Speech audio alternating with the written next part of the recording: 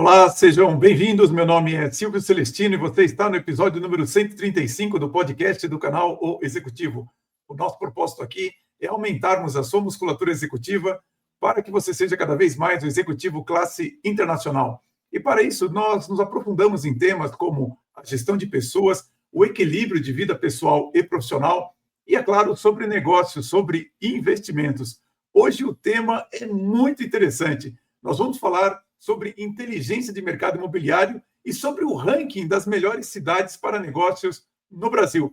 Então, vamos conhecer o nosso convidado.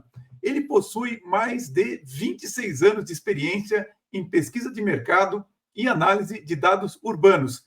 É líder em estudos personalizados de inteligência mercadológica para o setor imobiliário, com foco em planejamento urbano sustentável e rankings estratégicos como Connected Smart Cities, especialmente o ranking das melhores cidades para negócios, MCN, elaborado em parceria exclusiva com a revista Exame desde 2011, e cuja 12ª edição, segmentada por setores no mercado imobiliário, foi divulgada nesta terça-feira, dia 2 de dezembro, revelando as 100 melhores cidades para investimentos em 2025. Apaixonado por transformar cidades através de dados e inovação, ele contribui para análises que guiam decisões de bilhões. Publica regularmente em veículos como Estadão, Folha e Valor Econômico e integra o Advisory Council da GLG, Gerson Lehrman Group. O canal O Executivo tem a grande honra de receber o cofundador e Partner Director da Urban Systems Brasil, Paulo Taquito. Seja muito bem-vindo. Olá, obrigado, Silvio. Muito obrigado pela oportunidade de estar aqui com vocês e pela apresentação calorosa. Pablo, e também não posso deixar de agradecer ao Elson Lima por ter nos apresentado naquele evento que nós fomos sobre inteligência artificial. Eu conheci o Paulo na hora que nós estávamos ali no Welcome Coffee, ele me falou sobre o trabalho dele e eu achei realmente fantástico e não pude deixar de convidá-lo aqui para os nossos assinantes do canal O Executivo. E eu tive que fazer um estudo grande para fazer as perguntas para você, viu, Paulo? Eu achei o seu trabalho realmente incrível. Então, eu faço questão de fazer uma boa introdução nas perguntas, porque realmente eu achei muito importante o trabalho que você desenvolve. E eu vi que você começou sua carreira nos anos 80 e 90, passando por cultura na Secretaria Municipal de São Paulo, marketing no DCI e White Water, além de cofundar a Urban Systems em 1999, uma empresa que hoje completa 27 anos de liderança em inteligência de mercado. Eu queria saber, Paulo, como que essa jornada de comunicação e planejamento evoluiu para se tornar referência em análises urbanas e imobiliárias, especialmente com projetos inovadores como o Parque Autódromo, que integra mix de produtos e qualidade de vida em grandes áreas. Legal, obrigado. Silvio, eu comecei, eu me graduei em comunicação social na SPM, em São Paulo. Sim. E comecei a trabalhar nessa área, em jornal, na área de marketing de jornal, do Diário Comércio e Indústria. Uhum. Aí eu fui trabalhar no setor público, tive uma temporada na Secretaria Municipal de Cultura de São Paulo. Sim. E lá no começo de carreira, a gente é assistente, assistente dos diretores. Então, mas foi interessante, olha só, eu passei pelo setor público.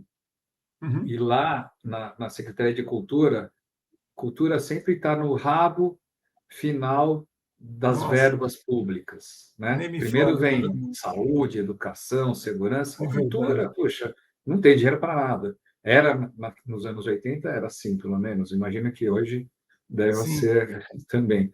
Mas, e a grande dificuldade de sobrevivência lá do Centro Cultural São Paulo, na Avenida 23 de Maio, que era onde eu estava alocado, era conseguir dinheiro para se manter, para manter o TA, para manter as estruturas, as operações.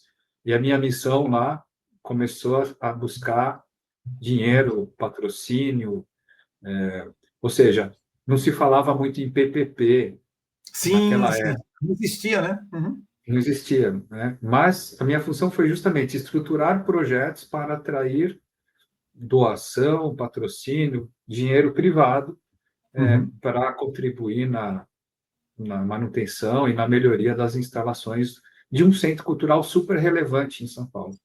Sim, então, sim. aí já comecei a ser, no meio do mundo da cultura, que na época eu tinha cabelo, eu era cabeludo, mas usava terno, gravata, porque não dava para entrar no meio corporativo de bermuda e chinelo. É né? verdade, é verdade.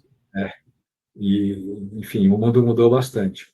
Sim. Hoje tem muito presidente CEO que vai trabalhar de bermuda e chinelo, né? Paulo, Os caras... não querendo interromper você, mas só te dando uma informação. Você sabe que em Londres está voltando agora a terno e gravata, né? Na City de Londres, o pessoal. Eu tive recentemente com um banqueiro que é cliente meu, ele falou, de fato, ele foi para a Europa, ele começou a ver de novo os executivos voltarem a usar terno e gravata. Então, acho que temos ainda um caminho longo aqui pelo Brasil, mas só para te dizer que está voltando. No fim, tudo é cíclico, né? Volta um pouco Verdade. diferente, mas volta. Bom, aí, de lá, eu fui trabalhar com o Tomás Assunção na Whitewater Brasil. A Whitewater era uma joint venture com a Whitewater West, uma empresa de Vancouver, no Canadá, que faz projetos e equipamentos de parques aquáticos. É uma líder mundial, né? Sim, sim. E a gente fez aqui no Brasil vários projetos de parques aquáticos, importamos equipamentos. Então, a gente começou... O primeiro passo de um projeto sempre era um estudo de mercado, e a gente subcontratava estudo de mercado, pesquisa aqui, pesquisa ali, qualitativa, quantitativa, geomarketing, mas a gente recebia, na época, uma bola, um quadrado e um triângulo para tentar montar um business plan e um projeto que fizesse sentido financeiramente. E era muito difícil. Então, depois de uns 3 anos fazendo isso e sofrendo com as nossas contratações, os nossos subcontratados, a gente resolveu criar a Urban Systems Brasil. Então, a Urban nasceu em 99 para ser uma empresa que na época não existia o termo inteligência de mercado, era pesquisa de mercado. Pesquisa de mercado, certo.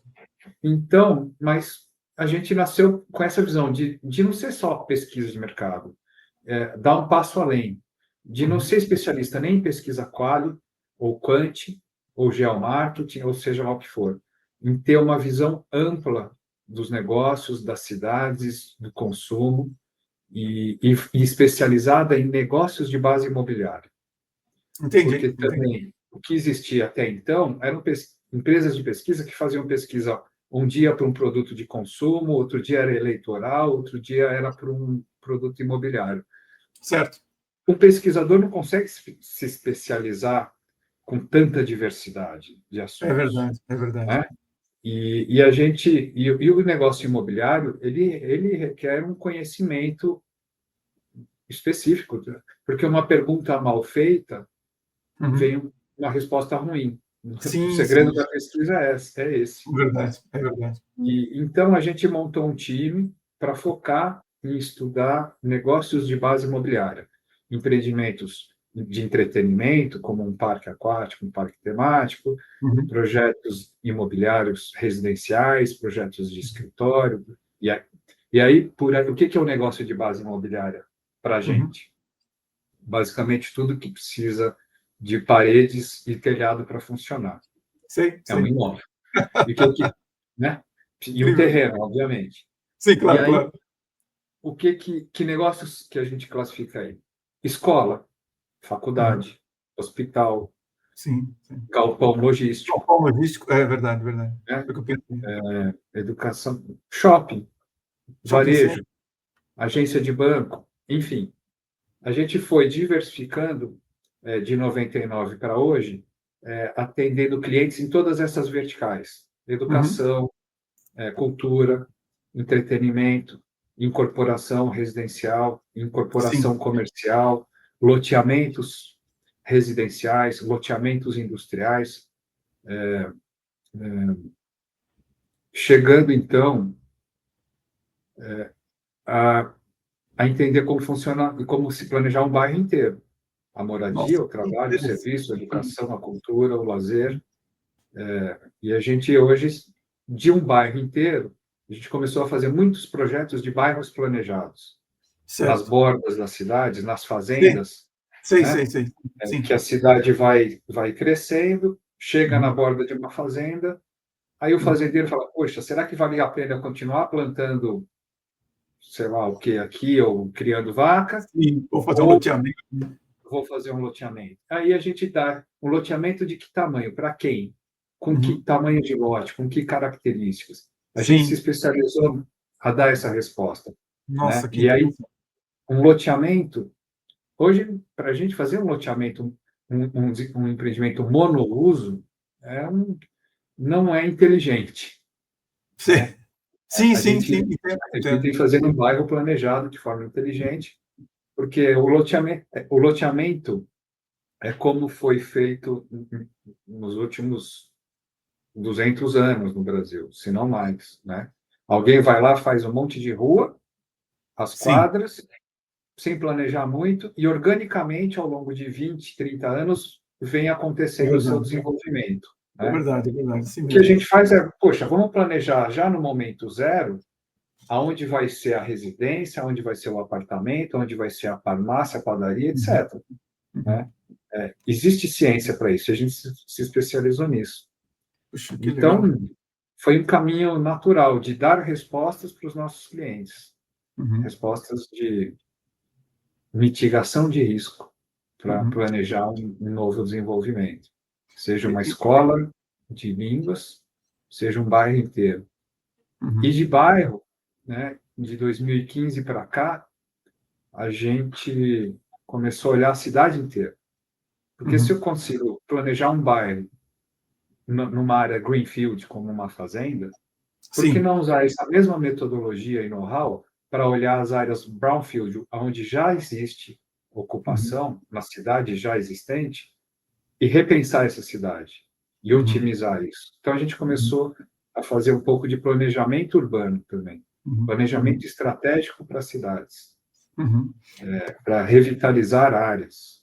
Sim, sim, sim. E é interessante isso que você está falando, né, Paulo? Porque eu fico olhando, de fato, uma necessidade, né, de uma articulação entre o crescimento orgânico de uma cidade e o planejamento, quando é possível. Porque eu vejo, por exemplo, que, de fato, se você não tem esse planejamento que você se referiu, a cidade ela cresce de uma maneira que as coisas ficam distantes, às vezes, das pessoas para poderem acessar. Quer dizer, você não tem um parque próximo, não tem um hospital próximo, não tem um supermercado próximo. Ou então você faz como é nos Estados Unidos, que tudo é feito para você ir de carro. Você fala assim, putz, eu tenho família nos Estados Unidos, eu falo, olha, é tudo muito bacana, mas você quase não vê pessoas, você vê carro para tudo quanto é lado, porque você tem um lugar ali que é onde você dorme, né, a sua casa, tem que ir no supermercado. Necessariamente você tem que pegar um carro, andar 1.000 quilômetros, né, para chegar no lugar. E, ao mesmo tempo, você percebe que quando o crescimento orgânico da cidade é deixado por si só, você cria realmente certas áreas que não ficam muito funcionais ou ficam apinhadas de gente. Então, acho que essa articulação das duas coisas, como você está se referindo, que fica bem, bem interessante. Mas no Brasil, particularmente, eu acho que a falta de planejamento é generalizada, né, Paulo? Esse problema do carro é isso. O Brasil sempre teve um desenvolvimento muito pautado nesse americano aí, que, no fim, as cidades vão se espraiando, Exato. e tudo fica longe, e você depende do carro para tudo. Quando a gente faz um bairro planejado, o mote central é você criar uma nova centralidade. Uma centralidade equilibrada. Ou seja, o desenvolvimento urbano legal, eu acredito muito nisso, é aquele que você não depende de ir para o centro para fazer tudo. Tudo bem, Certo. a cidade já tem o seu centro antigo, onde tudo começou, onde a concentração de serviços está lá, mas à medida que ela vai crescendo e se expandindo, a gente tem que criar nos bairros novas centralidades equilibradas para que as pessoas possam, a pé ou num percurso curto, de bicicleta ou tal, mesmo de carro, resolver os seus problemas do dia a dia, de compras, de saúde, de educação, de trabalho, lazer e moradia. Isso é equilibrado, isso é legal. Isso é a solução para a mobilidade. Um desenvolvimento urbano inteligente evita que as pessoas precisem se deslocar de carro, transporte público, cruzando a cidade toda hora. É interessante você falar isso, porque toda vez que eu ando por São Paulo, né, eu comento com a minha esposa, eu falo, parece que está todo mundo no lugar errado, né, porque está todo mundo se deslocando grandes distâncias para fazer aquilo aquilo que precisa. Mas eu queria que você contasse um pouquinho como que a Urban System faz isso, como que ela transforma milhões de dados em insights acionáveis para incorporadoras, fundos e prefeituras com estudos personalizados. Eu fico preocupado exatamente com isso, né? Como é que vocês usam metodologias exclusivas para ajudar um CEO a mitigar riscos em um mercado que, como 2025, volátil, com Selic de 15% e inflação acima da meta? Como que é a utilização dos seus dados por esse tipo de decisores? Pois é. A gente usa muito dado, o famoso Big Data, né? Sim, sim. Então, tem uma junção de buscar dados públicos disponíveis, como a base, por exemplo, o IBGE, o Censo Demográfico, é uma base de dados Sim, sem dúvida, sem dúvida. fundamental, né? E assim como a gente tem o Censo Demográfico, a gente tem outras bases de dados públicas das diversas verticais, da ANS, ANP, de petróleo, saúde, educação. Existem sim, dados públicos federais e municipais, estaduais, que são abertos, e a gente busca isso. Então, essa é uma fonte. Uma segunda fonte é usar a pesquisa primária. A nossa equipe vai a campo, olhar, contar e perguntar. Olhar como que está a situação urbana daquele lugar, a estrutura, a física, contar, quantificar, porque nem toda a base de dados está atualizada. Por exemplo, se eu pego uma base de dados da ANP, né, do petróleo, é uma base federal, que tem lá todos os postos de combustíveis, e a gente vai em campo, tem posto de combustível que está na base oficial, porém ele não funciona mais, fechou faz um mês, tem uma defasagem Então, a gente manda a equipe para contar e olhar esses dados e ver se realmente o posto está lá, se está aberto, se a bandeira é aquela, ou o supermercado, ou o que quer que seja o objeto de análise que a gente esteja analisando. Mas tem essa pesquisa primária e tem a pesquisa também primária de perguntar para o russo, entrevistar as pessoas, falar com o consumidor, perguntar para ele se ele deseja, que cidade ele quer, que produto imobiliário. Se ele quer uma escola, que escola ele quer? Se ele quer um apartamento, se ele quer um lote, se ele quer um galpão logístico, a gente tem que perguntar, seja um consumidor pessoa física, seja um consumidor pessoa jurídica, um formador de opinião, a gente vai falar com quem está com a barriga no balcão, ou lá na cidade, trabalhando na saúde, na educação, no varejo, no negócio que a gente está analisando. Então, tem esse componente, e aí a gente junta isso com a predição. Então, olhando as bases de dados, a gente tem uma visão histórica, o histórico do número de postos de gasolina, o histórico de vagas de educação, o histórico de tudo que foi feito, né? Pegamos uma visão qualitativa e aí a gente faz as projeções, prognóstico. Bom, dado esse histórico, qual é a tendência? E aí começa. E aí esta metodologia tem o diferencial de juntar tudo isso e prever o futuro, que é ousado, é arriscado, mas é uma necessidade que todo empreendedor tem. O que vai acontecer no ano que vem? O que vai acontecer daqui a 5 anos? O que vai acontecer daqui a 30? A gente tem que minimamente calcular isso. É difícil, né? Quando a gente olha para trás, o histórico do Brasil é muito irregular. Para tentar definir uma linha futura é muito difícil, mas a gente faz essa conta. Interessante, Durante né, Paulo? muito tempo, a gente fez isso no Excelzão, né? Sim. Base de dados, query, etc. E estamos migrando aí para automação com inteligência artificial, com a ajuda lá do Elcio, do Romulo, da Ive, né? Então, mas ainda temos essa transição da tecnologia para, como eu posso dizer, para análise manipulada pelo analista no Excel. Estamos fazendo essa migração. Entendi.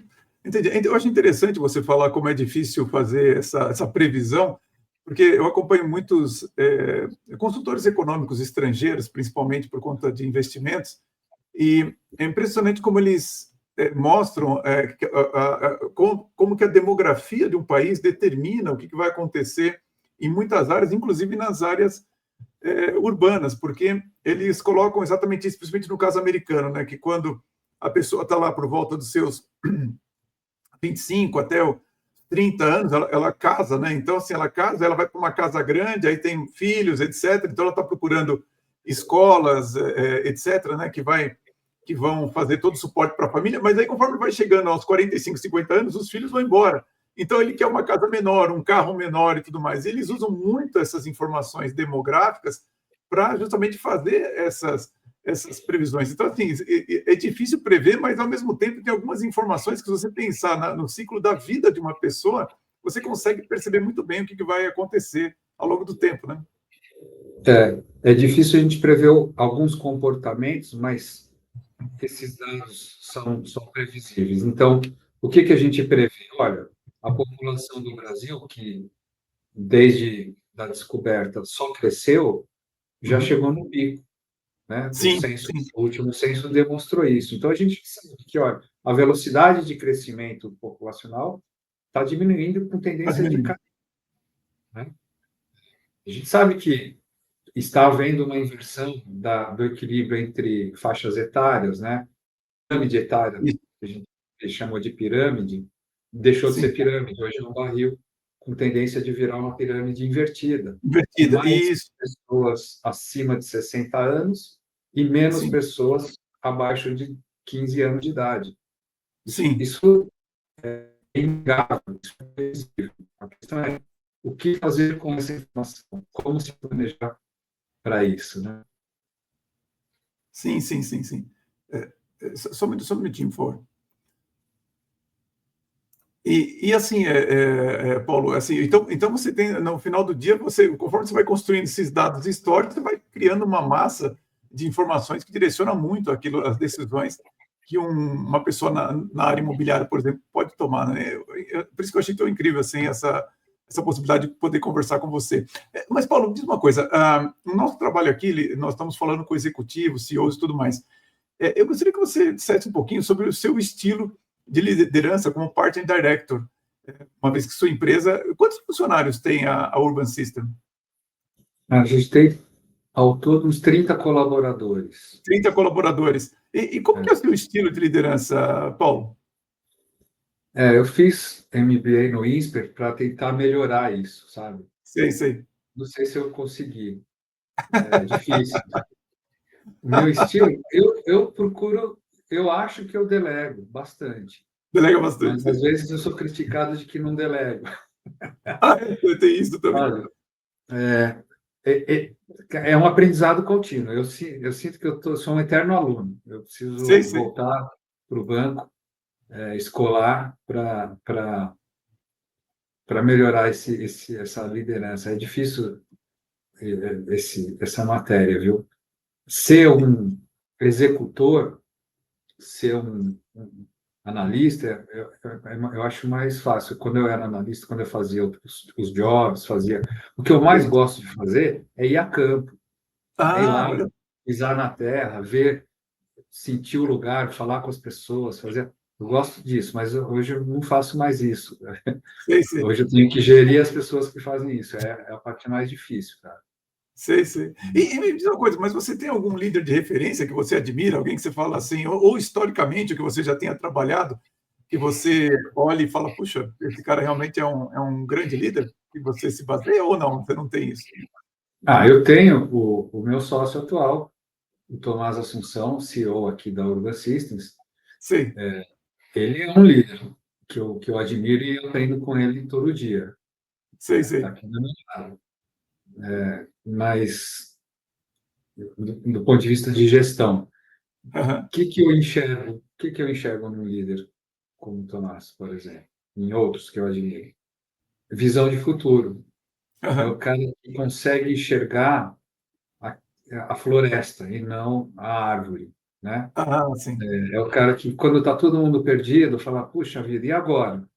O tempo fechou, a terra tremeu. E agora? O cara fala, não, tranquilo, a gente vai fazer uma ponte por ali, ó. E enxerga essas passagens, né? E superar desafios.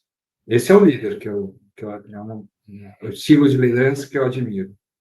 Sabe? Aquele que está orientado para o futuro e traz a turma a reboque. E realmente isso é fundamental, né? Você ter uma visão panorâmica, assim, de ver não apenas o detalhe, que é importante, mas você conseguir ver o todo faz muita diferença na hora que você tomar uma decisão, principalmente pensando em resultados duradouros. Eu também admiro muito uma pessoa que tem essa capacidade.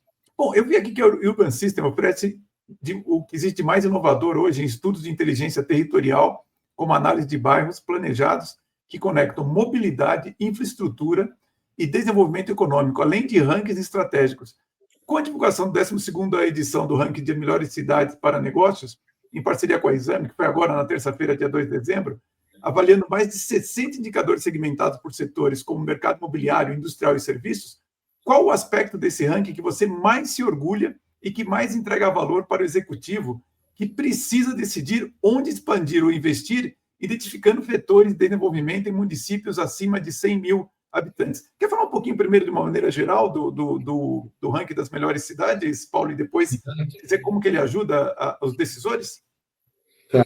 Então, no caminho que a gente percorreu pela Urban Systems, analisando negócios imobiliários, chegando em bairros planejados e chegando em olhar para cidades e planejamento de cidades, quando a gente chegou nesse ponto em 2014, a gente falou, puxa, vamos agora, além de olhar a escala de um terreno de 500 metros quadrados na Avenida Paulista, Sim. olhar para uma cidade inteira e planejar o que ela pode ser, vamos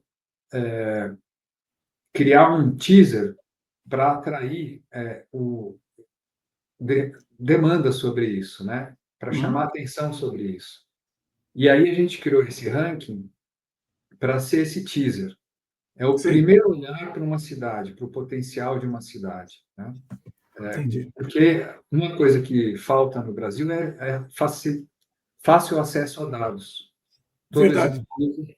Todo mundo precisa, é difícil você ter dados. Existe o famoso Big Data, mas é um monte de dado disperso.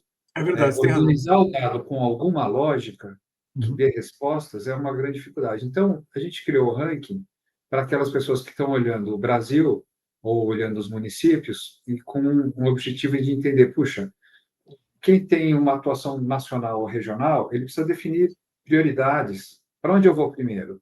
Eu tenho que pegar um voo hoje, ou o carro, para ir resolver o meu problema, conquistar o mercado. Para onde eu vou primeiro? Né? Essa é a resposta que a gente procura dar. Entendi. E o ranking nasceu nesse sentido. Então, a gente buscou nesses indicadores, eles estão lastreados em mais de 200 bases de dados, em que a gente pega esse monte de informação, esse monte de Big Data, e pondera com um olhar de entender o potencial para negócios. Então, a gente pondera dados de demanda, dados demográficos, dados de oferta, dados de infraestrutura, dados de acessibilidade, enfim. Tem uma lógica aí por trás para entender, bom, para o negócio, sei lá, da saúde, aonde é melhor? Então, a gente usa dados relativos à saúde. Entendi. Para o negócio da educação, onde está melhor hoje? E aí, esse ranking, então, foi lançado em 2014, e todo ano, no mês de dezembro, em parceria com a revista Exame, a gente atualiza.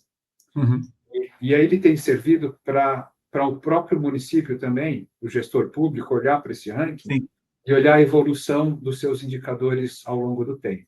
Nossa, isso é muito útil. E serve também para ele olhar para esse ranking e olhar, bom, nos indicadores que eu estou com nota baixa, como as cidades irmãs, as cidades semelhantes à minha, estão.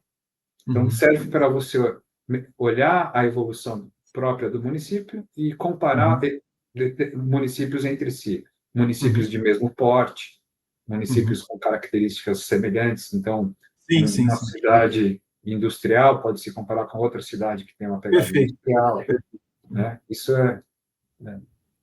é o primeiro olhar para você definir para onde ir, onde dar os próximos passos. Esse é o objetivo do ranking. E realmente, você consegue observar, Paulo, prefeitos olhando realmente para esse ranking, ou você acha que ainda falta decisões mais baseadas nos números que você fornece para os decisores?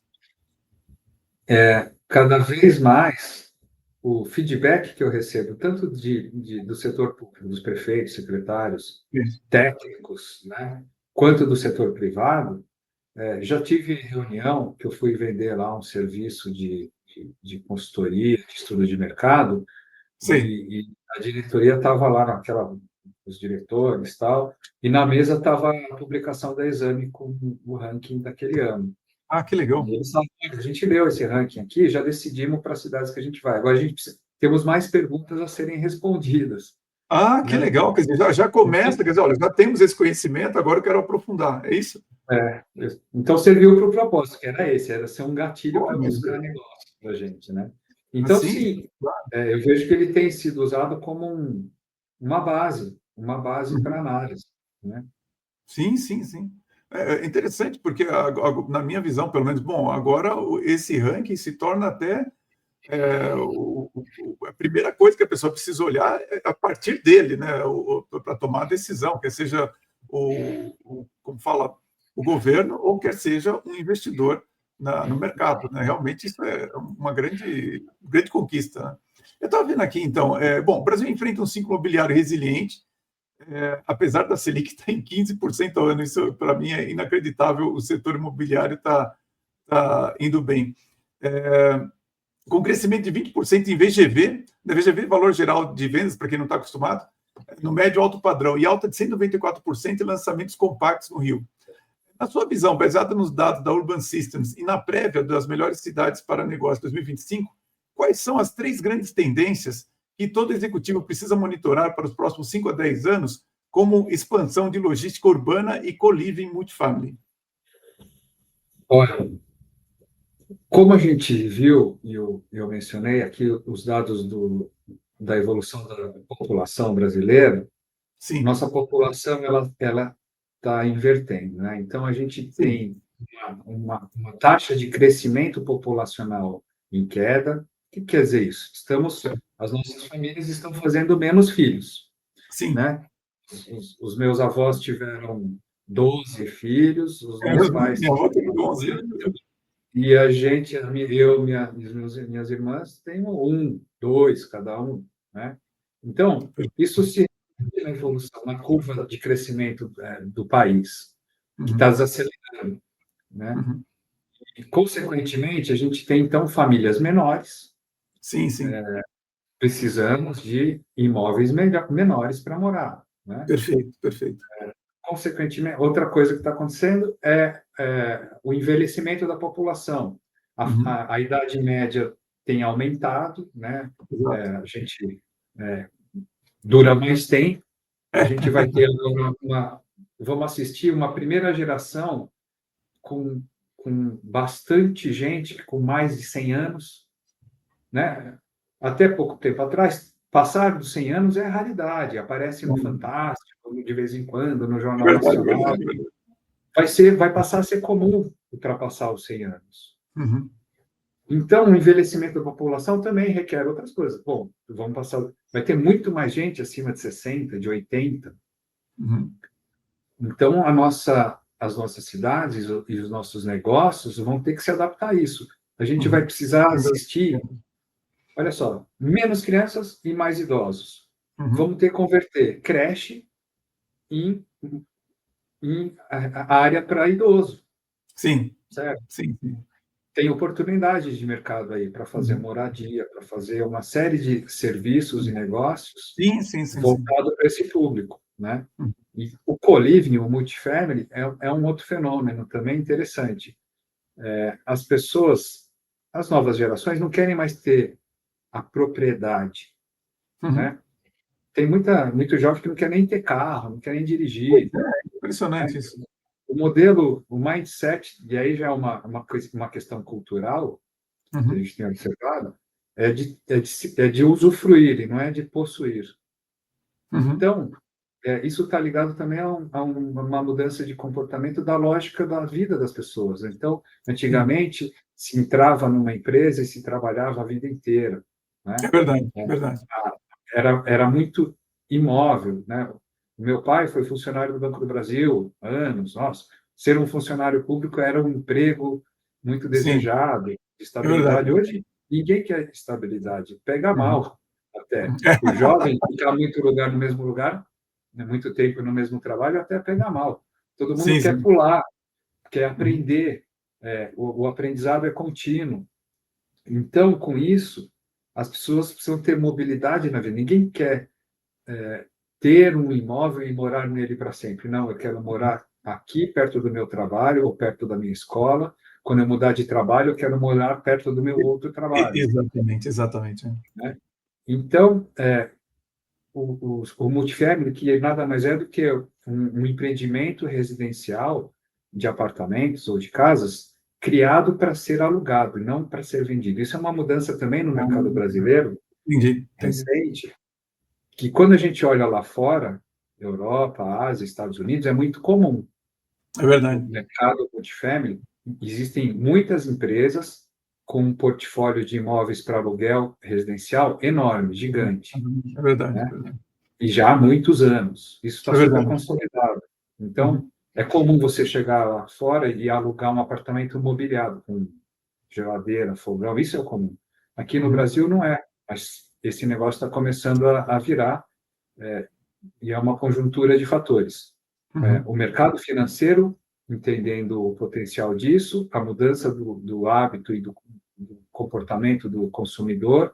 Então, essas duas conjunturas, com a questão demográfica que eu falei, tendem a favorecer o crescimento muito grande, eu acredito, do multifamily, Sim. living, esse tipo de coisa, que nada mais é do que um imóvel planejado desde o momento zero, só para ser alugado durante 20, 30, 40 anos. Entendi. Né?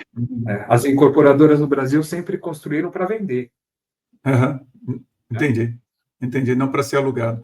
Inclusive, confirmando isso que você disse, há algum tempo atrás já tem notícias de fundos como o BlackRock investindo no mercado para moradias para aluguel nos Estados Unidos. E se você me permite, apenas para eu comentar aqui com quem me acompanha há mais tempo, isso tudo que o Paulo está falando sobre as novas gerações terem menos filhos e também não terem tanto foco na propriedade de imóveis ou mesmo de carros, tem muito a ver com o que eu falo com uma certa frequência, que é um impacto da inflação ao longo do tempo na vida das pessoas. Então, por exemplo, se você falou que seus avós tiveram 12 filhos, meus avós tiveram 11, e o meu avô, por parte de pai, no final da vida dele, ele vendia algodão doce. Então, você imagina, praticamente para nós, na verdade, impossível imaginar isso, alguém que faz algodão doce ter tido renda para alimentar e dar abrigo para 11 pessoas, 11 filhos, né? Quase impossível de pensar nisso. Mas justamente essa mudança que aconteceu da gente ter essa inflação ao longo de um século é que faz com que a gente tenha cada vez mais dificuldade para sustentar uma família, uma casa, né? E aí, de novo, né, conversando com com a minha audiência que me acompanha há mais tempo, hoje quando você vê os bancos centrais acumulando mais ouro do que títulos públicos americanos, talvez, não sei se nós estaremos vivos para isso, a gente vai começar a voltar a ter uma moeda que se desvaloriza menos. E se isso acontecer, aí sim você vai ter a condição que o Paulo está se referindo, que quem sabe, né, a gente voltar a ter famílias, se não com 11, 12 filhos, mas famílias maiores do que tem hoje, porque você diminuir a taxa de crescimento vegetativo da população, também você está matando a sociedade do país onde você se encontra. Então, isso, se não me engano, o número é 2,1 filhos por casais, para você poder manter, 2,3, alguma coisa assim, para você realmente poder crescer um pouco. Paulo, assim, mas, puxa, super interessante isso que você está mencionando. Eu estava vendo aqui que você monitora 5.500 municípios via plataformas como Connected Smart Cities. O Connected Smart Cities são essas câmeras que a gente vê nas cidades hoje, Paulo, é isso, né, que você está se referindo? Não. O Connect Smart Cities era um ranking que a gente criou também. Olha só. E um evento para discutir cidades inteligentes. Entendi. Eu pensei que tivesse alguma coisa a ver com essas câmeras que estão sendo colocadas hoje, principalmente na cidade de São Paulo, tem observado. Aí Tem um pouco a ver, porque esse termo Smart City surgiu patrocinado pela indústria da tecnologia, de hardware e software, né, lá fora. Sei. E quando a gente criou esse ranking aqui no Brasil, a gente incorporou informações do tipo saneamento básico, educação. Não dá para a gente discutir Smart City no Brasil só olhando tecnologia. Sim. Lá fora, tudo bem, porque lá fora, saneamento básico, no primeiro mundo, não é um ponto a ser discutido, é um ponto resolvido. Né? Aqui no Brasil, não dá para a gente pensar que uma cidade vai ser inteligente se colocar câmera de monitoramento, lâmpada de LED nas ruas, semáforo eletrônico, se a cidade não tiver saneamento básico 100% atendido. Ela ainda vai ser burra, né? Ainda assim. Então, foi um pouco isso que a gente discutiu no Connected Smart Cities. Entendi. E agora tem o lançamento das melhores cidades para negócio 2025. Qual o impacto real da governança? É interessante isso daqui. Qual é o impacto real da governança local no atrair investimentos privados em 2025, especialmente com foco em indicadores como empregabilidade, infraestrutura e endividamento municipal em eixos chaves do ranking? Quer dizer, é engraçado a gente usar essa expressão, né? Governança local, né? Como é que está isso, Paulo, para atrair esses investimentos? Olha, nesse caminho, essa pergunta vem bem a calhar porque dá sequência na história da Urban Systems. Então, de olhar planejamento urbano, a gente fez projetos muito legais, como lideramos o consórcio que fez o Master Plan para a revitalização do centro do Rio de Janeiro. Né? É um trabalho super legal, foi financiado pelo BNDES. E em 2023 a gente fez isso, e esse trabalho, a gente teve a honra de ouvir do prefeito do Rio, que ele adotou como um manual de governança, sabe? Então, e dessa escala de olhar uma cidade como o Rio, a gente está hoje tocando um projeto que é o Plano Estratégico para o Estado do Sergipe. Sim. Né? Ou seja, qual a importância da governança nisso? Fundamental, total e absoluta.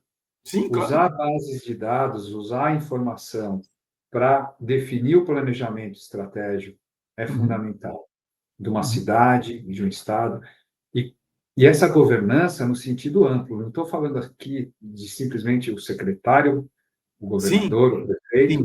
Eu estou falando de uma governança tripartite, em que o setor público, o setor privado e a sociedade civil organizada participem disso. É isso que, para mim, e para nossa visão na Urban Systems, a gente está falando de uma gestão de um território. Não dá para só um loteador, só o mercado imobiliário planejar o que vai acontecer.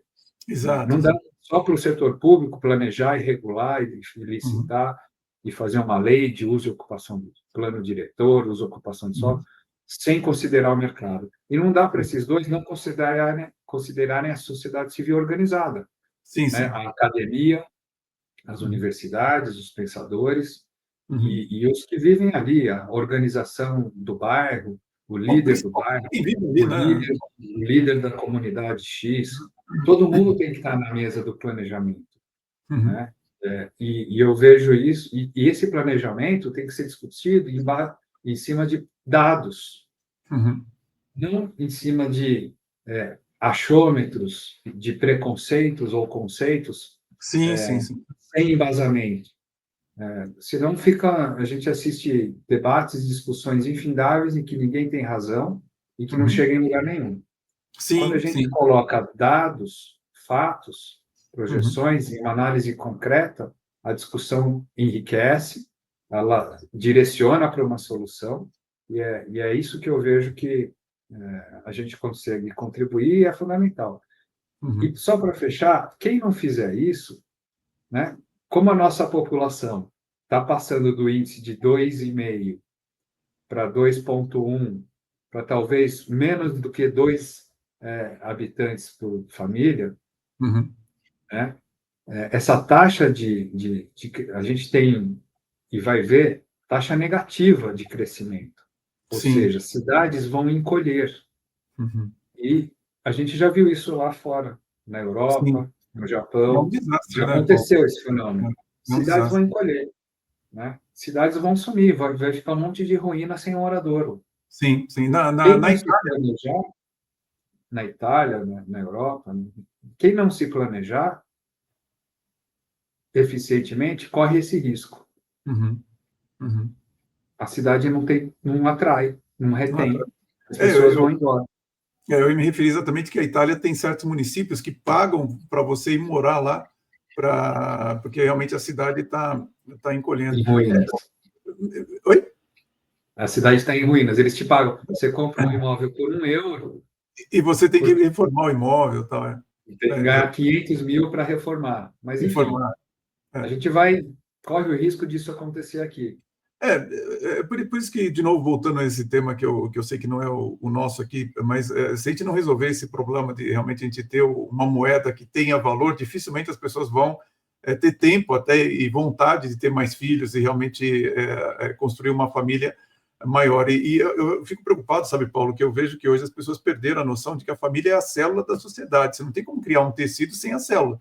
Então, a ideia de que nós vamos ter famílias pequenas e tal, as pessoas acham que é uma coisa cultural, normal, que aconteceu ao longo do tempo, e não é. Isso aí realmente é um processo que foi feito e que tem muito a ver com essa questão do mercado financeiro, principalmente. Tanto é que, quando você olha nos Estados Unidos é um país grande que tem uma taxa ainda de crescimento populacional relevante. Eu lembro que, durante muitos anos, Brasil e Estados Unidos tiveram um crescimento populacional par e passo. Hoje, os Estados Unidos está com 300 milhões, um pouco mais do que isso, e a gente está aí na faixa de 220, alguma coisa assim. Por quê? Porque eles têm uma moeda que, como é a moeda de referência do mundo, para eles não sentiram esse impacto inflacionário tão grande quanto nós até agora. Agora eles estão sentindo bastante também. Provavelmente a gente vai ver também essa redução do tamanho das famílias acontecerem. E me diz uma coisa, uma curiosidade, Paulo.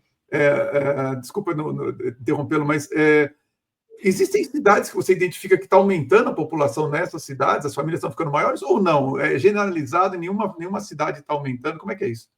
Não, esse fenômeno está ocorrendo semelhantemente, com maior ou menor intensidade, no Brasil inteiro. Entendi.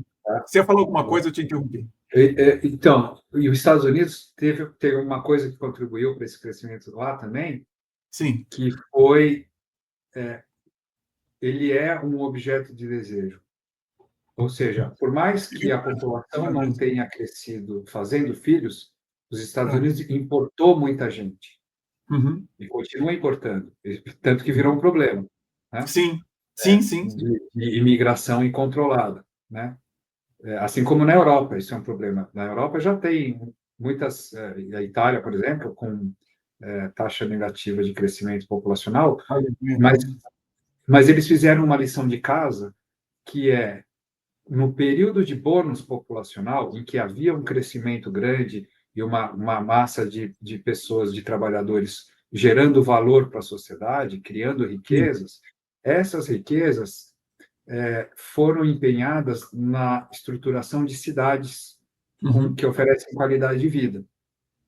E isso passa a ser uma moeda de valor, porque você atrai pessoas para morar na sua cidade, de outras cidades, de outros países. Sem dúvida. Então, assim, se a gente não fizer, se o brasileiro tiver uma taxa negativa de crescimento, não fizer mais filho, culturalmente não mudar isso, eu não vejo como uma grande ameaça. Tá?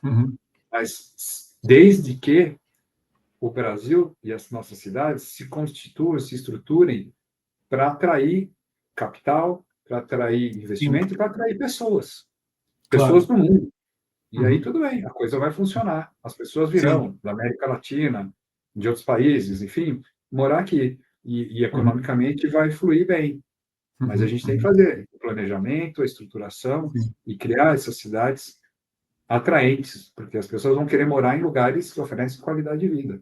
Sem dúvida. Eu vou aproveitar isso que você está falando, então, para fazer um convite para quem está nos assistindo a se inscrever no nosso canal. Daqui a pouco eu vou fechar o sinal aberto aqui, que fica no YouTube, no Spotify. E só para quem está assinando o nosso canal, a gente vai entrar na conversa controversa. Tem algumas questões que eu gostaria de levantar para o Paulo, que são um pouco mais polêmicas, e é ali que a gente vai vai conversar. Então, fica meu convite para vocês, tem um link aqui embaixo para você se inscrever no canal O Executivo e ter acesso a esta conversa controversa e a de todos os outros 134 episódios anteriores. Paulo, com o Big Data, geoprocessamento e inteligência artificial, a Urban Systems antecipa movimentos de mercado.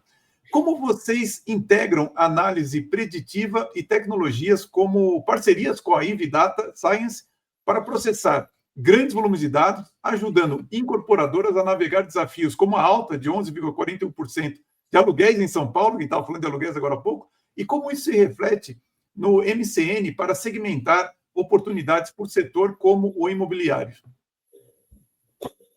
Bom, lidar com Big Data e bases de dados é um grande desafio, então a gente tem aí essa parceria com a IVE para ajudar a desenvolver uma tecnologia para lidar com essa massa de dados, que o termo Big Data já há muitos anos se fala nele, mas poucos conseguem extrair valor. Não basta ter um monte de informação. É verdade.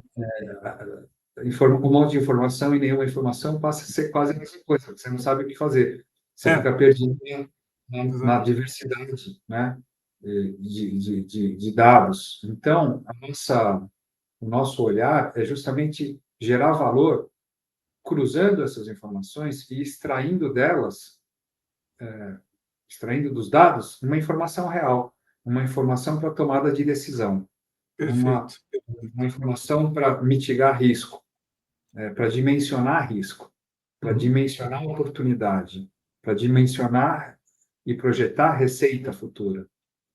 Esse é o caminho, é isso que a gente busca fazer, né? E não sei se eu respondi. Não, sim, eu acho o seguinte, né? No final do dia, é exatamente isso que você estava mencionando. Se a pessoa quiser usar as informações disponíveis para tomada de decisão, não basta a quantidade de informações desordenadas, elas têm que estarem ordenadas e relevantes para que realmente você possa decidir. É isso que o Urban System acaba oferecendo para o mercado. Respondeu sim, é exatamente isso que eu estava querendo entender. E eu acho interessante, porque pelo que você estava dizendo, não é apenas o Big Data, vocês estão usando inteligência artificial, enfim, todo um arsenal de tecnologias para poder oferecer as melhores informações possíveis, né, Paulo? Esse é o contexto, né? E fazer predição. E tentar a predição. A gente tinha um treinador na década de 70, o Coutinho, treinador da seleção brasileira. Lembro, claro. Você lembra? Criou o Líbero. O craque é aquele que vê a bola no tempo futuro. Sim. O que é isso? É verdade. Imagina a jogada, chuta a bola, imaginando aonde ela vai chegar e quando o seu parceiro vai chegar nela para chutar no gol. É isso que a gente tenta fazer o tempo todo. É o exercício de olhar a bola no tempo futuro. E tem toda a tecnologia, a matemática, a estatística, mas no fim do dia, não é uma ciência exata, é uma ciência humana. Sem dúvida. Saber o comportamento do nosso cliente, do consumidor, a gente consegue projetar o número de famílias, a renda, a taxa, o índice, mas o comportamento, esse é o desafio. Então, tem um know-how quantitativo e qualitativo. Sim. E muita experiência, né, em jogo para poder traçar esses cenários. Mas é um pouco isso. A gente está aqui brincando de bola de cristal. É verdade, é verdade. E sabe, Paulo, quando eu conheci você, nós começamos a conversar lá no evento do Elcio, eu falei assim, nossa, acho que ele é arquiteto, né?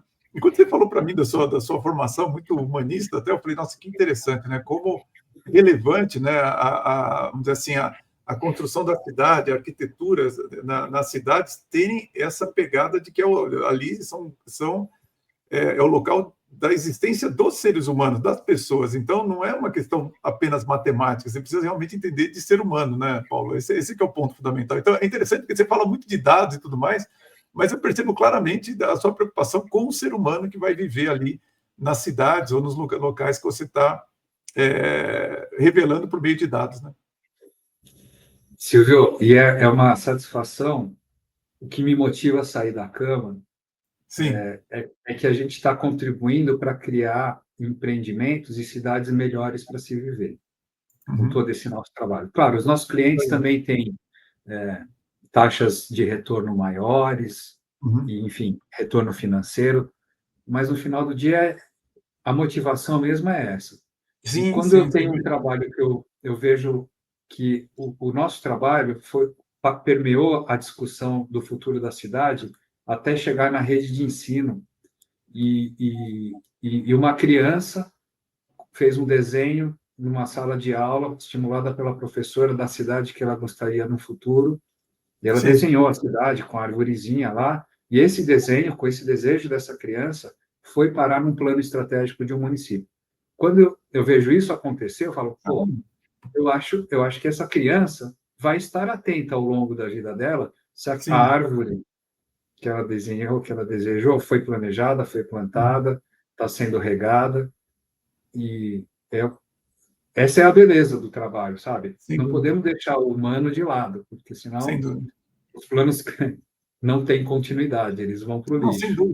sem dúvida. E isso que me toca muito, sabe, Paulo, que é claro que eu tenho uma formação muito de dados também, enfim, eu vim da área de computação e sou administrador de empresas, mas eu consigo ver o ser humano por meio dos números e não olhar um número frio, como se não tivesse alguma coisa lá relacionada às pessoas do seu dia a dia cotidiano, quer dizer, uma criança, um pai, uma mãe e tal, com as suas preocupações familiares. Então, por isso que eu achei o seu trabalho assim tão relevante para as pessoas conhecerem, e principalmente quem é você, né? Como que você pensa tudo isso.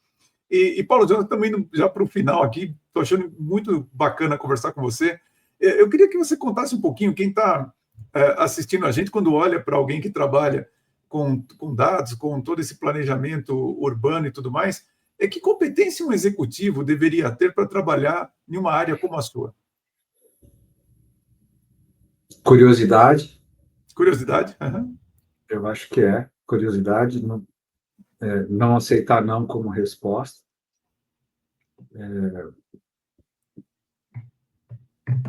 Porque aí, enfim, e se especializar em alguma coisa, porque hoje eu vejo uma tendência de todo mundo ser generalista, né? As novas gerações pulando de galho em galho nas empresas, e ninguém se aprofundando muito em nada. Isso eu vejo um desafio muito grande aí. Então, você tem que se especializar em alguma coisa para depois virar um generalista. Sim, sim, Né? sim. Enfim, não dá para querer só olhar a floresta. Para chegar a entender a floresta, você tem que entender profundamente as árvores, ou pelo menos um grupo de árvores. Sim, claro, claro. Né? Claro. Até Todo mundo porque, né? ninguém quer ser peão, todo mundo quer ser chefe. E, cara, não tem jeito, tem que ralar, tem que ser peão, tem que aprofundar, fazer análise e gastar sola de sapato. Sim, claro, claro. Eu concordo, Paulo, duas coisas. Acho que, primeiro, é até mais fácil você ser generalista se você primeiro se especializar em alguma coisa, porque, às vezes, Paulo, eu tenho a impressão que as pessoas imaginam que seja generalista é você saber superficialmente sobre várias coisas. E, na verdade, não é bem isso, né? Na verdade, você tem um razoável nível de profundidade sobre várias coisas. E, para isso, quando você aprende a se aprofundar em uma área, você também consegue entender conceitualmente qual que é o nível de profundidade que você precisa ter em cada outra área para que você possa, de fato, ter um generalista. A ideia, às vezes, que eu penso é que as pessoas imaginam que ser generalista é estudar pouco vários assuntos. Eu falo, bom, não é bem isso. Quando você vê, por exemplo, eu me interesso, por exemplo, pelos governantes do mundo, né? No caso, nesse momento a gente tem o Trump lá nos Estados Unidos, eu tenho lido alguns livros que falam sobre ele, alguns livros escritos por ele. E aí eu vejo que as pessoas têm uma visão muito rasa de como ele pensa. Você fala assim, olha, quando você... Não sei se você já leu o livro dele, que fala sobre... Esse é o nome do livro agora, que eu estava lendo, que eu comprei um outro aqui. É impressionante, Paulo, como ele conhece em detalhes o mercado imobiliário. É um negócio inacreditável. Assim, o livro ele descrevendo os investimentos dele, independente de você gostar ou não dele, mas diga assim, olha, você precisa entender que esse cara está tomando decisões que vão mexer com a sua vida durante os próximos anos.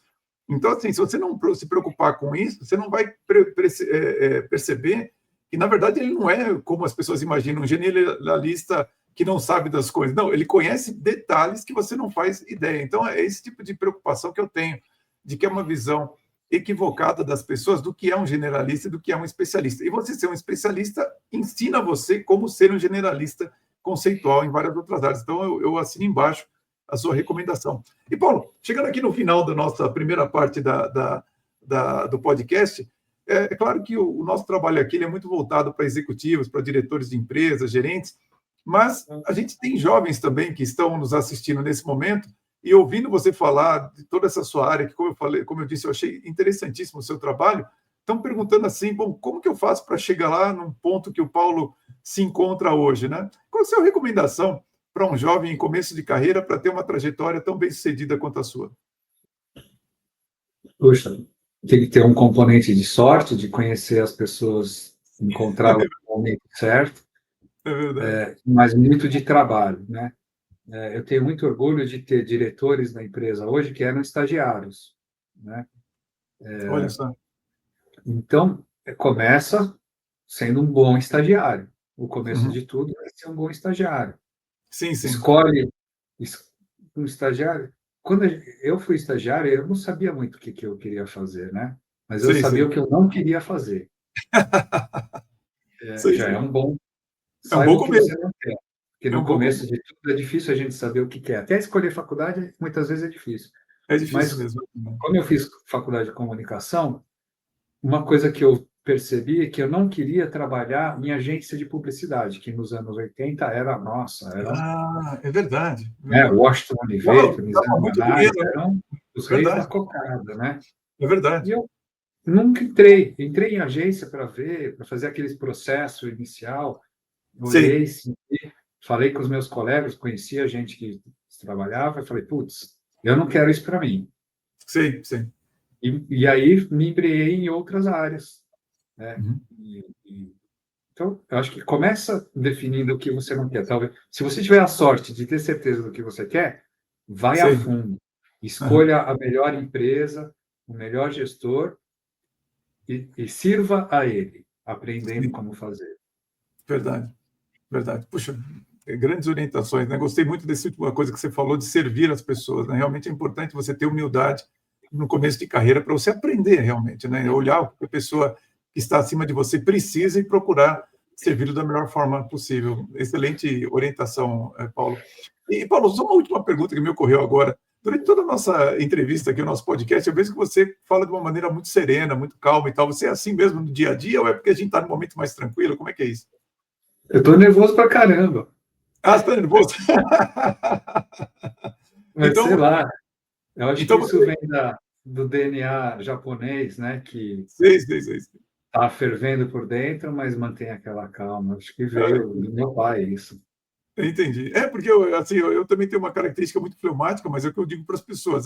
Para mim, eu gosto muito de negócios, mas eu vejo negócio como um jogador de xadrez. Por dentro você está vendo uma batalha interna, mas externamente está ali, movendo o peão, a dama para cá e tal, para tentar dar um checkmate. Então, somos meio parecidos nessa característica de comportamento. Paulo, olha, vamos despedir aqui do nossa audiência aqui que fica no canal aberto, mas eu queria, antes de mais nada, agradecer muito a você por ter aceitado o meu convite, principalmente sabendo que talvez não, seja um momento nervoso para você, mas assim, a sua didática, o seu jeito muito sereno de falar, acredito que contribuiu muito, não só para mim, mas para toda a nossa audiência, para compreender um setor que é fundamental da vida de todos nós e na construção do Brasil. Então, olha, muito obrigado pela sua participação no podcast do canal O Executivo. Eu que agradeço pela oportunidade e a honra de estar aqui falando um pouco que eu sei para os seus ouvintes. Muito obrigado. E para você que nos acompanhou até agora, fica de novo meu convite. Eu vou fechar o sinal agora para você se inscrever no na continuação do podcast, que é a Conversa Controversa. Tem um link aqui embaixo. E quinta-feira que vem, mais um episódio no canal O Executivo. Um grande abraço a todos e vamos em frente. E, Paulo, aqui agora começamos a nossa conversa controversa e eu gostaria de começar com um tema que surgiu aqui quando eu estava preparando o podcast, que é um certo oligopólio no nosso setor imobiliário, né, com poucas incorporadoras dominando 70% dos lançamentos, tanto em São Paulo quanto no Rio de Janeiro. E será que nós estamos criando um mercado dessa forma menos inovador? Como é que você vê esse problema de termos tão poucas incorporadoras dominando tanto espaço no mercado?